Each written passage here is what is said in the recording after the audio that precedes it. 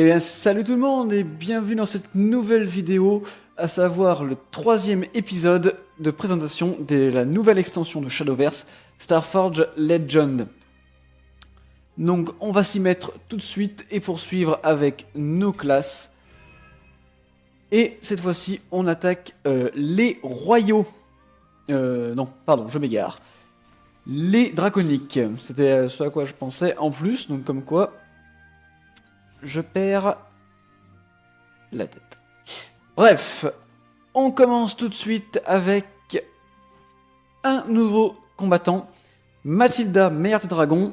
1-1 pour 2, met dans votre main lézard de feu.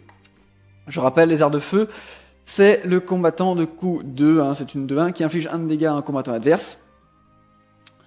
Donc, c'est pas mal.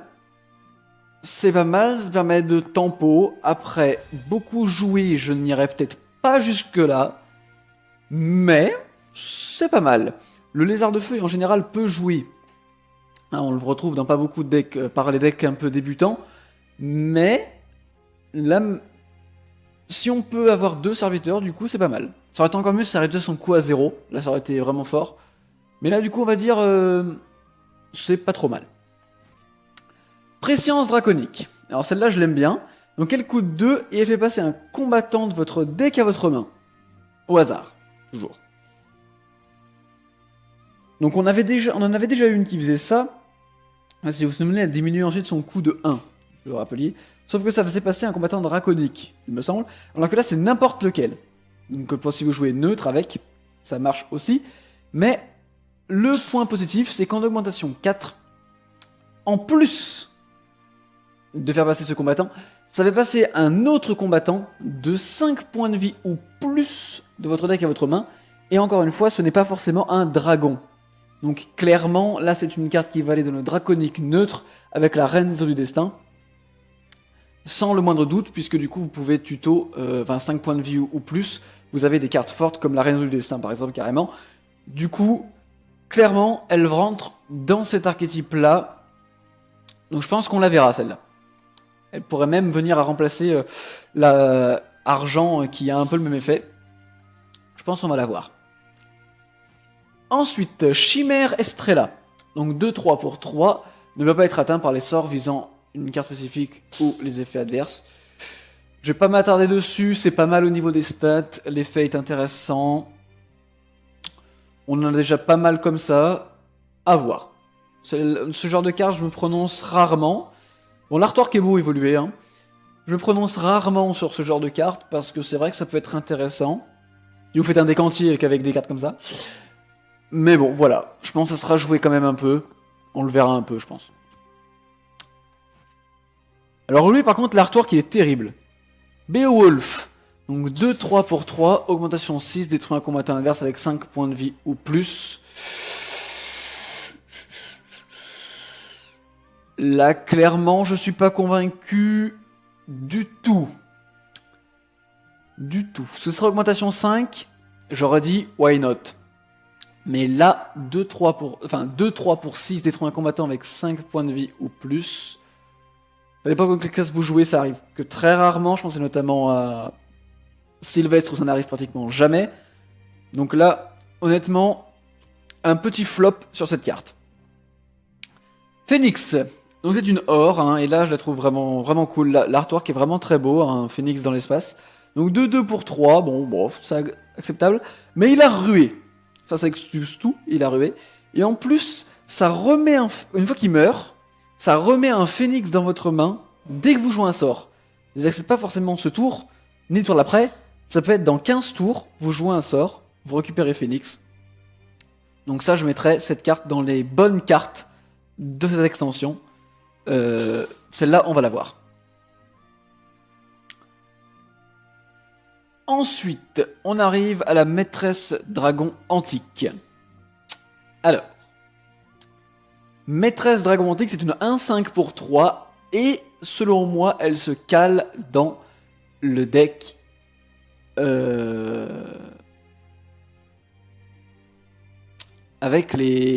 En fait, ça va permettre de remettre un draconique qui joue sur des petites créatures.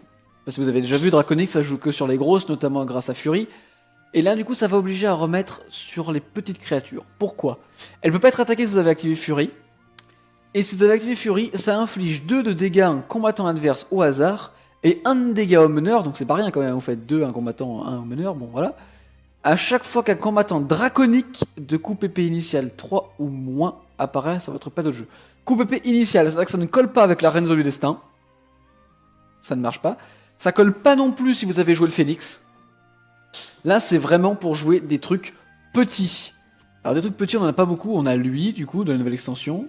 Phénix, Chimère et Mathilda. Du coup, le lézard redevient un petit peu intéressant avec la maîtresse, parce que forcément, si vous activez Fury, ça va faire... Elle coûte 3, plus elle, ça va faire 2, 1, donc au niveau des dégâts. Ça va prendre 2, vous êtes à 5. Elle ajoute le lézard qui coûte 2, ça le refait. Non seulement le lézard fait 1, mais en plus, elle va faire 2 à un serviteur plus 1 au meneur. Du coup, ça fait des combos sympas. J'aime bien, ça va permettre de voir une nouvelle génération de decks draconiques avec des plus petites créatures. Après, j'ai peur que ça enfin peur, pas forcément, mais que ça favorise le deck draconique des fosses du coup. Puisque la carte, on rappelle, hein, la carte qui est jouée partout dans les défausses, celle qui fait 1 de dégâts chaque fois que vous défaussez une carte, elle coûte 3. Et c'est une draconique. Je crois qu'elle coûte 3. Hein. 3 ou 2. Et dans tous les cas, même si elle coûte 2, ça marche aussi. Donc voilà. Donc, une carte bien intéressante comme on les aime. Ensuite, Pourfendeur du Parjure. Alors on voit vite que sur la carte, c'est Rowan, hein, le héros draconique de base, et derrière, le dragon noir, donc sa forme draconique à lui, une fois que le dragon noir initial l'a maudit. Infligez à un combattant adverse autant de dégâts qu'il y a de cartes draconiques dans votre main, hormis celle-ci. Pioche de cartes et inflige le double de dégâts indiqués ci-dessus. C'est assez fort. C'est assez fort parce que pour certains draconiques, notamment le Storm Ramp, où vous jouez que des dragons, ça va faire le café. Mais alors à un point, un truc de fou. Et en plus, pioche de cartes et inflige le double de dégâts, ça va être violent. Cette carte, on va la voir, elle mérite d'être une or. Et franchement, là, il y a moyen de faire un bon paquet de dégâts. Ensuite, la maîtresse des bêtes, 2-6 pour 5, c'est appréciable pour son coup. Ruée, ça c'est bien, on reste dans l'esprit du Storm Ramp éventuellement. Les points d'action combattant sont doublés à chaque fois qu'il inflige des dégâts en attaquant le meneur ou un combattant adverse pendant votre tour. Donc, moi j'aime bien. Pourquoi? Parce qu'il a rué, donc il attaque le premier tour, et qu'il double ses points d'attaque à chaque fois qu'il inflige des dégâts. Donc s'il survit, du coup ça devient une 4 avec les points de vie qui restent. Et si jamais il resurvit, du coup ça devient une 8. Oui, parce que ça ajoute pas le double des... Enfin voilà. Donc ça peut devenir casse-pied. Elle aurait pas eu rué, j'aurais dit c'est nul. Mais comme elle a rué, c'est fort. J'aime bien. Ensuite, la charmeuse de dragon. 4-4 pour 5, soustrait 1 au coup PP d'une carte draconique de votre main. Pas mal, on en avait déjà une or, hein, si je me trompe pas, qui faisait ça. Elle ajoutait une carte draconique, je crois, et elle diminuait son coût de 1. Je crois que c'était ça. Au niveau des stats, c'est pas mal. Et puis ça peut être intéressant. Why not? J'ai envie de dire. Why not, why not? À voir par la suite. Le Saurien Berserker, aucun commentaire, 4-5 pour 6, exécution, no comment. Le défilé de dragon, une amulette argent, compte à rebours 3, invoque dragon à la fin de votre tour. J'ai envie de dire c'est bien, parce que bon, un dragon c'est un 5-5, machin. Mais, il aurait fallu qu'elle coûte 6. Alors que 6 c'était bon. Là, c'est moins bon. Ça reste bon dans un deck qui joue vraiment sur la furie. Mais je pense que voilà, il aurait pu éventuellement faire mieux. On avait joué des amulettes draconiques plus fortes que ça par le passé, comme le Phénix ou la légendaire, l'amulette légendaire qui transforme en dragon des enfers. Ouais, on aurait pu avoir mieux, mais c'est déjà pas mal. 7. Alors, outre le fait qu'on se demande ce qu'on voit par un poisson qui a vu le soleil en pleine face au moment de la photo, 6-7 pour 9, ça me paraît cher. Détruire un combattant adverse dont le coup PP est le moins élevé. Moi j'aurais bien mis pour 8. 9 je trouve ça cher. Parce que... Enfin voilà. Bon, le fanfare est pas mal. Vous avez à prendre 2-3 trades avant, du coup vous pouvez buter... bon. Ça aurait été le plus élevé, là j'aurais dit ouais. Là j'aurais dit je signe direct, là je leur fais... Mais là, non. Là, je suis pas convaincu. Dites-moi en commentaire si vous trouvez ça intéressant, mais moi je suis pas convaincu. Et on arrive à une de mes préférées. Il va mettre de comboté, en plus l'artwork est juste incroyable. Donc Pitié de Delphes. 8-9 pour 10, bannez toutes les cartes du coup PP 7 et moins de votre deck. Alors là, clairement, ça se joue avec le Phénix. Hein, je rappelle, le Phénix, c'est une amulette du draconique qui divise par 2 le coût de toutes les cartes dans votre main. Et, enfin, dans les mains des deux joueurs. Arrondi à l'unité supérieure, bien sûr. Donc là, clairement, ça va balayer toutes les petites cartes qui vous servent à rien pour laisser que les grosses. En général, dans le deck Phénix, on joue la Reine du Destin. Par contre, ça détruit Zahakiel, bon, ça bon. Par contre, il vous reste Zeus, Bahamut, je sais pas, Lucifer, Ouroboros, Israfil, tout ce que vous voulez, toutes les grosses créas, il vous reste que les grosses. Donc ça, c'est fort. Attention cependant, si vous perdez votre amulette, elle aura été bannie de votre deck, donc vous n'en aurez pas d'autre si vous perdez votre amulette du dragon, votre amulette du Phénix. Donc à double tranchant, attention avec cette carte. Très attention. On passe au nécromancier à présent. Attention, chaud devant. Je me rends compte que j'ai presque tout en fait. Il me manque les 2 légendaires. Bon. Et celle-ci. L'artwork est cool. Pardonnez-moi, je baille. Faut que je dorme la nuit. L'artwork est cool. 2-2 pour 2, c'est acceptable. Son épée est juste énorme. Voilà. Il fait penser à Clockwork Planet un peu. Dans la volonté, infligeant de dégâts à un combattant adverse, on aurait pu voir mieux, mais en début de game, ça peut se faire. Je pense que ça peut se caser assez bien. Je vais pas m'attarder plus que ça, parce que... Voilà. Ah non, je l'ai en fait. J'ai rien dit. Par contre, on dirait un Super Saiyan hein, en animé. Enfin bref. Andréalphus. Outre le nom imprononçable, je sais pas comment il porte son collier d'ailleurs. Bref. 2-3, non, j'ai n'importe quoi. 1-2 pour 2, voilà, c'est mieux. Dernière volonté, pioche une carte. Mais c'est son évolution qui est intéressant. Puisque son évolution, ça donne à tous les combattants dans votre main, dernière volonté, pioche une carte. Dans le cas des nécromanciers, si vous ne piochez pas assez, vous pouvez vous permettre de jouer cette carte. Bémol, elle se joue en début de game, quand vous n'avez pas l'évolution. Et donc, je pense que la plupart du temps, on ne jouera pas son évolution. Et vous vous contenterez de piocher une carte. Après, vous arrivez à la rentabiliser. Ça peut effectivement être intéressant. Sachant que bien sûr, c'est que dans la main. Donc avec ceux qui remplissent le board, hein, notamment de squelettes, avec le nécromancier, ça ne marchera pas, évidemment. Ensuite, sombre tombeau. Augmentez les fausses de verge avant qu'un nouveau combattant apparaisse sur votre plateau de jeu. Bof. Bah, 2, bon. Ça aurait été 1, j'aurais dit oui. En fait, on a déjà plein de serviteurs qui augmentent la défausse, plein de techniques pour augmenter la défausse. On n'avait pas forcément besoin de ça. Voilà. Donc je m'attarderai pas dessus. Pour moi, c'est pas la carte la plus intéressante de cette extension. Sola, point démoniaque. Alors, ma grand-mère a les points aussi démoniaques qu'elle. Voilà. À part peut-être la main droite. 2-3 pour 3, ça va. Lors d'évolution, inflige un dégât à 2 combattants adverses. Bof, bof, bof, bof, bof, bof.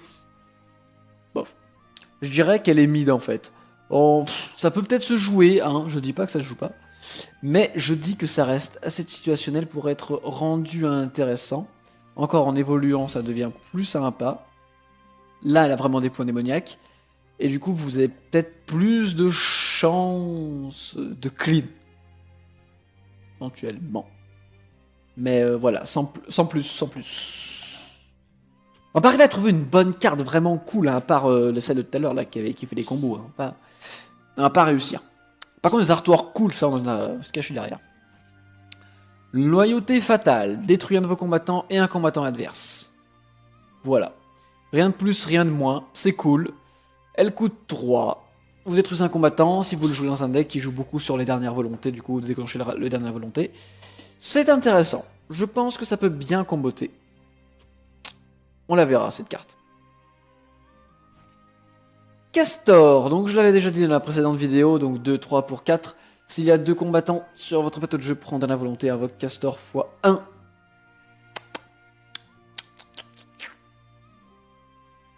Vous savez là où ça aurait été très très fort, c'est si l'effet ça avait été pas un fanfare, mais genre à la fin, lorsque cette carte arrive sur le plateau de jeu, s'il y a 2 combattants sur votre plateau de jeu, prends dernière volonté, invoque Castor x1. Là ça aurait vraiment été cheaté, parce que du coup ça aurait donné aussi l'effet au nouveau Castor invoqué, alors que là ça ne donnera pas. En gros vous avez 2, 2, 3 pour 4, à condition d'avoir un autre combattant que lui quand il arrive sur le terrain. Voilà. C'est pas mal. C'est pas trop mal, il est beau, hein. On se demande si c'est une meuf ou une... Bref, mais bon. On poursuit. Cérès la Nocturne, j'adore. J'adore le look. Elle est vraiment très belle. Un 4 pour 4. Et quelle carte! Restart la vie de votre meneur de 2 points à la fin de votre tour. C'est ce qui manquait un petit peu de heal dans les decks nécromanciers. On avait que 1 ou 2 cartes qui le faisaient. De l'archétype pur, j'entends, donc de chez les nécromanciers. Et Pugila inflige 2 de dégâts aux combattants adverses. C'est fort, parce que du coup elle peut prendre les trades sur des cartes qui ont 3 d'attaque. Donc moi je trouve ça sympa. Franchement, elle me plaît bien. Elle me plaît bien cette petite. Elle garde le même effet, donc ça fait une 3-6 qui peut trade des cartes à 5. Trade des cartes à 5 pour 4, ça me paraît acceptable. Moi j'apprécie. J'apprécie. Reine du Crépuscule, donc on arrive à la légendaire, donc 4-3 pour 4, active une deuxième fois les dernières volontés. Donc en fait c'est le même effet que Loki. Vous vous souvenez, Loki permet de déclencher 2 fois le fanfare d'un serviteur à condition, du prochain serviteur que vous jouez, à condition que ça ne cible pas une carte spécifique.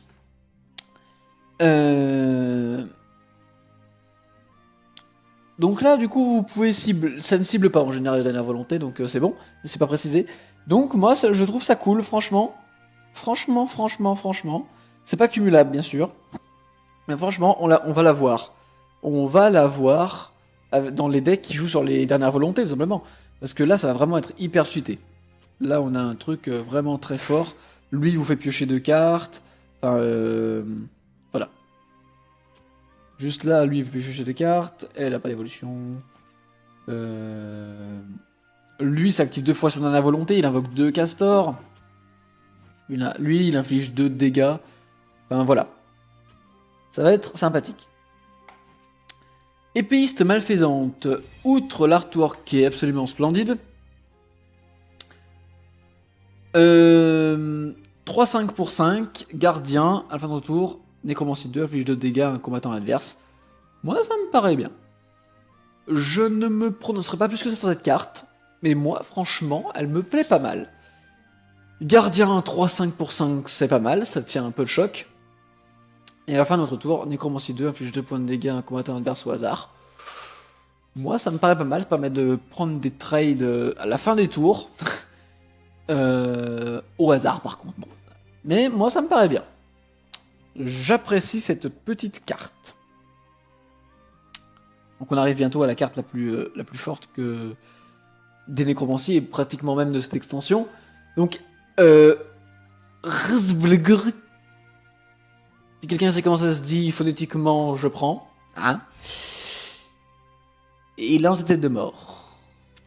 Un charognard qui attend au-dessus des champs de bataille pour se nourrir de l'âme des vaincus. D'accord, si tu veux. Donc, Rzvlgr.